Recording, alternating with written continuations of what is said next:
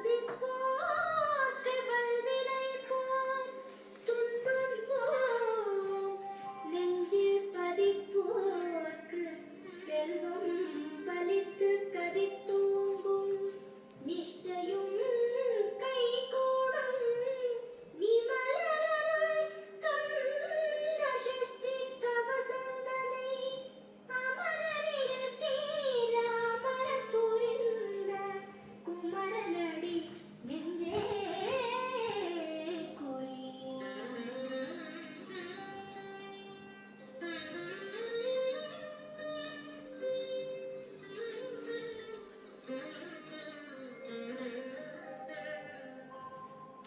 சஷ்டியை